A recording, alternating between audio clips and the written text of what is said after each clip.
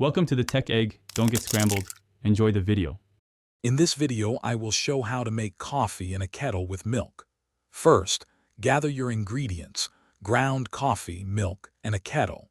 Measure approximately 8 ounces of water per serving and pour it into your kettle.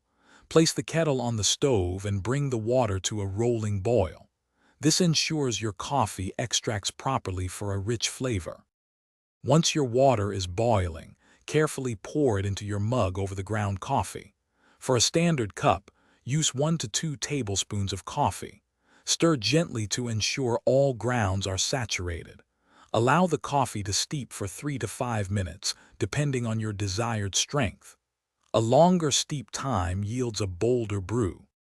While your coffee is steeping, gently warm about 4 ounces of milk in a small saucepan. Avoid boiling the milk. Just heat it until it's steaming. Once your coffee has steeped, carefully strain the grounds using a fine mesh sieve or a coffee filter directly into a clean mug. This ensures a smooth, grit-free drink. Now pour the warm milk into your freshly strained coffee. Stir everything together thoroughly to combine the flavors. If you prefer, add sugar or your favorite sweetener to taste.